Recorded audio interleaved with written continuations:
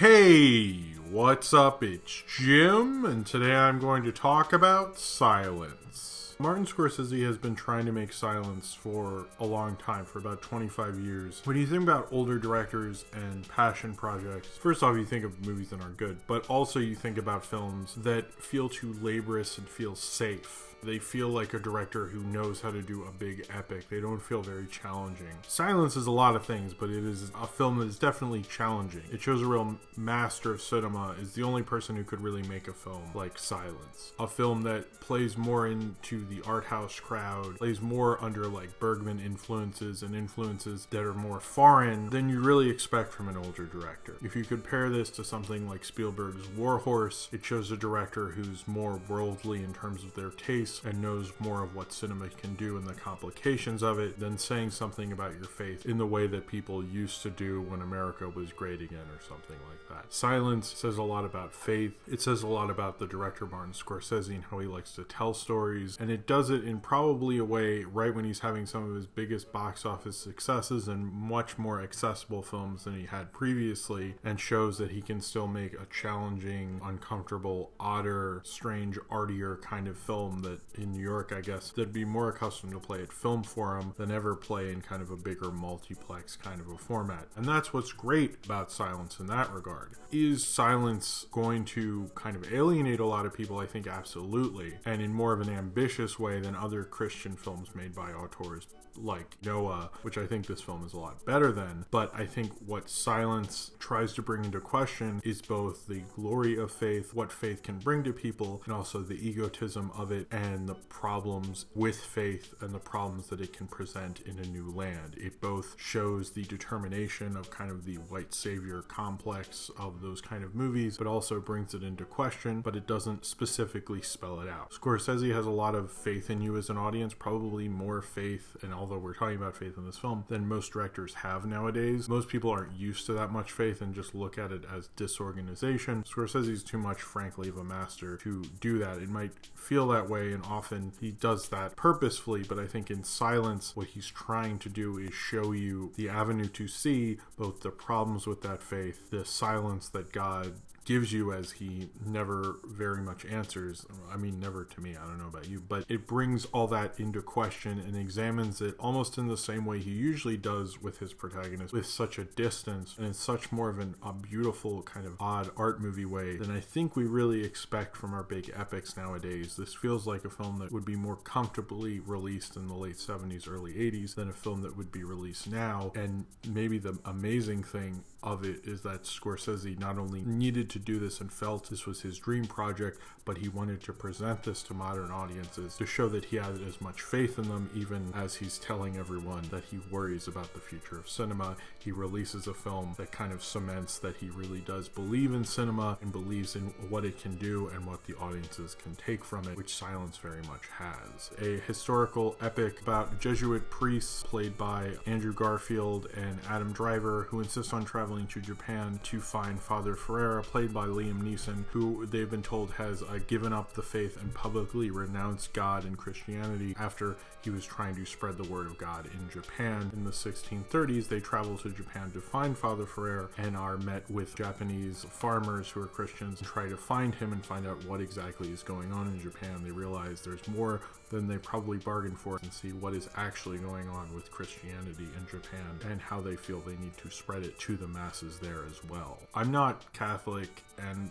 to be honest, I'm not religious like at all. I think what I'm taking away from this film probably will be different from what most people are, but I think most religious films, particularly Catholic and Christian films, are not known specifically in the modern sense to be very well made or interesting and thought-provoking. And that I very much love about Silence. There are a lot of issues with faith and what that faith can do for you and everything like that that can challenge you and make you think and do interesting and artistic things. Just because something is religious and you don't agree with it doesn't mean it's a bad piece of art just because of that. Most of the time they are actually bad pieces of art when we think of what we think of now as Christian cinema. But silence kind of acts like none of that really exists, and Scorsese probably isn't even interested in that. What he is interested in is saying something with it, and saying something about his protagonist in the same way he says things about Leonardo DiCaprio's character in Wolf of Wall Street, the characters in Goodfellas, or Travis Bickle in Taxi Driver, where he really lets you examine who they are and lets you examine the good and the bad of them and how society lets this exist and how we frame them, and lets you contemplate all that. It's an odd film in terms of flow, and there's really not much of a score. I see people are credited with score, but there's so little score that it's very an odd flow of a film. It does lean more to believing in God in certain sections, although I think that many people said that might have been a mistake. I think the film works a lot better when you're existing in this world where you're not sure whether what they're doing is right or wrong. And I think this film examines this as people are persecuted and tortured because of believing in God and things of that nature, and the Japanese really don't want that to go on, and they keep spreading it anyway. And some of that is their faith that they won't let go of. Some of that is ego, that they believe that this is the right way, this is the true way, even if it's destroying people. It kind of also examines being different in a society and how sometimes you have to,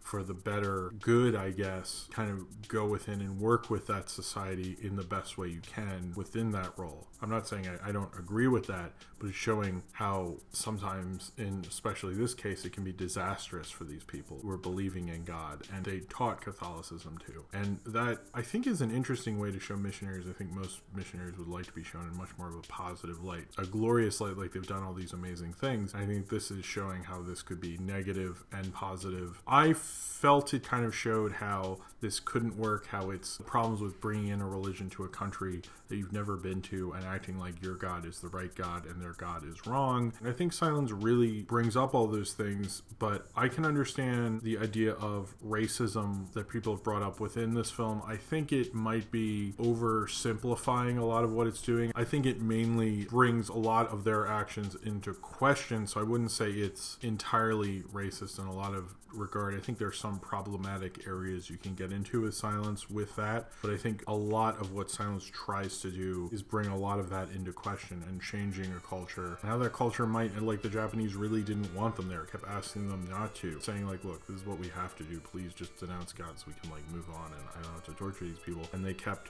doing it, and how that was disastrous for certain people, how that ruined people's lives, how it destroyed their families. Some would denounce God to stop that torture from happening. And it brings in a lot of things to questions about your belief, about when it is a good time to have that belief, when it can actually hurt other people, whether that's a good thing or a bad thing. No one could make a film as intelligently about those issues than Martin Scorsese, especially a film like this. And I don't think I'd want to see the adaptation of this book done by anyone other than Martin Scorsese, although there is another version of this from the 70s, which I'm a little curious about, and I'm sure someone on some podcast is going to do a comparison. I think Scorsese did a lot of things that most older directors won't do, and most directors at all won't do, is do a very ambitious, beautiful film about religion that is testing a lot of things and pushing a lot of things that I don't think this film will make any money. But I think Christians, who are more interested in cinema could really find interesting things in Silence. It's very long, there's no music, it's very artfully done in a very beautiful, odd, stranger way that I don't think many films like this are doing, but I think it shows how much of a master of cinema he is, that he'd want to do something like this. And this gives me more faith in Scorsese as an artist. I think Wolf of Wall Street played more like that album by a band where they're like, hey, we can still do this. And you're like, oh, cool, you can. It's really enjoyable, and I had a fun time with it. But then Silence is like, but now I want to really challenge myself. And we've seen that with other directors like George Miller with Mad Max Fury Road and Paul Verhoeven in Elle. And I think if Scorsese is going to do that, he's going to go off in a much different direction than those guys ever would, and do a film that doesn't even feel like Scorsese. If you're used to the quick cuttings and the kind of trademarks of Scorsese, he's not interested in doing that. As an artistic statement, I think I really love Silence, and I agree with a few people have said they don't feel like they ever need to see it again, and I don't really feel that way. I'm glad I saw it in theaters.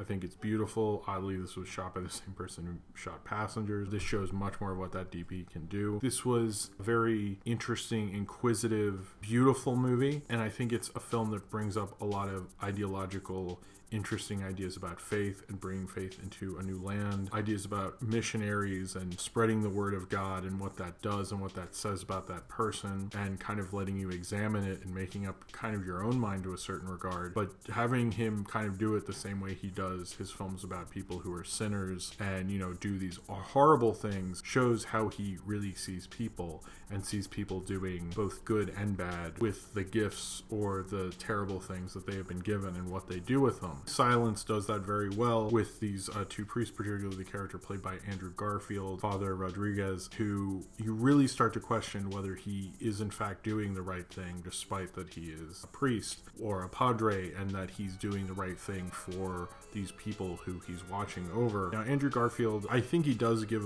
a good performance, but I think the problem, a lot of it is, I think, when Scorsese works with someone like a DiCaprio or a De Niro, or when he works with a really great actor, it can be amazing. I don't know if Andrew Garfield is there yet, but I think he was still very good, probably one of his better performances he's given, and a performance I didn't think he was entirely capable of. But I think if you're looking in the filmography of Scorsese, which you could say is unfair, I don't think Garfield really holds up. I don't think he gives an astounding performance. It almost feels like Scorsese is flowing through him, but I don't think Andrew Garfield made it his own. I don't get a distinct impression of that character other than what Scorsese almost is showing him through his direction. I didn't feel him as much in this, but I think it's amazing he took on this challenge. I think Adam Driver is very good. It is a little weird that they're playing Portuguese Jesuit priests, which is a little odd, but I think Adam Driver stays in it far better than Andrew Garfield, and it kind of makes me think they maybe had the roles reversed. I think would have been maybe a little more interesting, frankly. Have Adam Driver as the main priest in this. Liam Neeson is very, very good in this. Scorsese knows how to play Liam Neeson very well.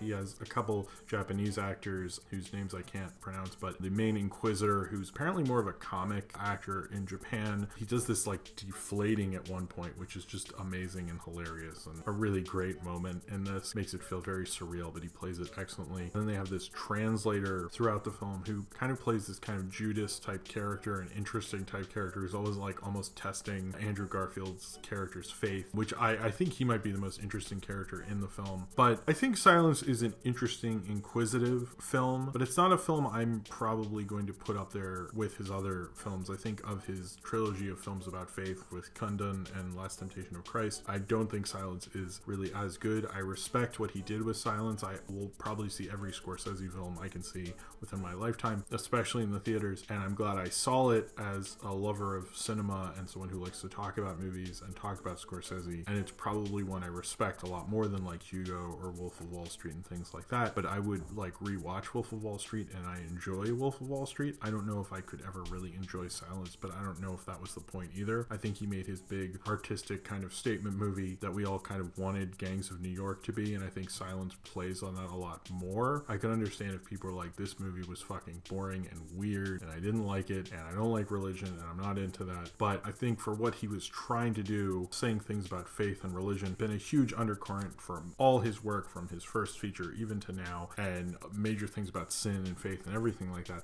I think Silence holds up to that, but it doesn't hold up to much more. If you're not into Scorsese already, if you're not a lover of all sorts of kinds of cinema, then Silence is just not for you. It's a difficult, stranger, interesting film that is more for people who want to know what cinema can do and go into that. But if you really just only know Scorsese from a few of the bigger hits and you're a big fan and you really want to see it, I would say this is maybe more of a completionist type thing, but it's a beautiful completionist type thing. It's a beautiful, meditative, kind of amazing type thing in that regard. And it's probably his most art movie he's ever made, but it's probably the least enjoyable one. It's the one I probably like the least, but it's still one that he beautifully made, and it shows how great of a director he is. And I'm not trying to take the auteurist way out, being the auteurist critic and go, well, it's Scorsese, so it's great. But, you know, Scorsese is so good that he just shows what he can do with his faith and the statements he can make about it, and his statements about it and kind of examining it, both the positive and the negative, show me how great of a storyteller and a director and what Scorsese can really do and say about faith more than probably any Christian or Catholic filmmaker is doing right now. He's putting it on such a different level. It makes you examine religion and think about religion, even as someone like myself who's not religious at all, and put you in that place better than any of those films can. It doesn't make you roll your eyes and think religion is stupid. It makes you question all of those things and plays in a very great parable, great storytelling way. It shows you a director who learned about storytelling both from religion and the movies, and how he's progressed and matured throughout both of them and his understanding of them. And I think Silence holds up to all of that. I just don't really want to see it again, or think it's a film I would really recommend to anyone who hasn't seen most of, if not all, Scorsese's work. If you are less familiar with some of his lesser known titles, I would go into those and maybe see Silence later, but I would still recommend seeing Silence in the theater, because it is quite an interesting and epic experience that we don't quite get from this kind of a director and this kind of an auteur and this Hollywood at this time. And I really loved getting to at least experience it and seeing a director do that. I just don't think I actually liked it all that much. I just kind of respect it, and I think it shows how wonderful and amazing a director like Scorsese is, that a film I just simply respect makes me question and think about all these ideas and want to read and research and do all these things, and it perfectly encapsulates the greatness that is Scorsese and what exactly he can say with cinema and how far he can push it and the different avenues he can go in, rather than doing just kind of a safe older director type of movie. He really does something interesting and makes me continually be impressed by the filmography that he has brought to cinema. So if you have seen Silence and you would like to talk about it, then comment below in the comments and subscribe if you would like to.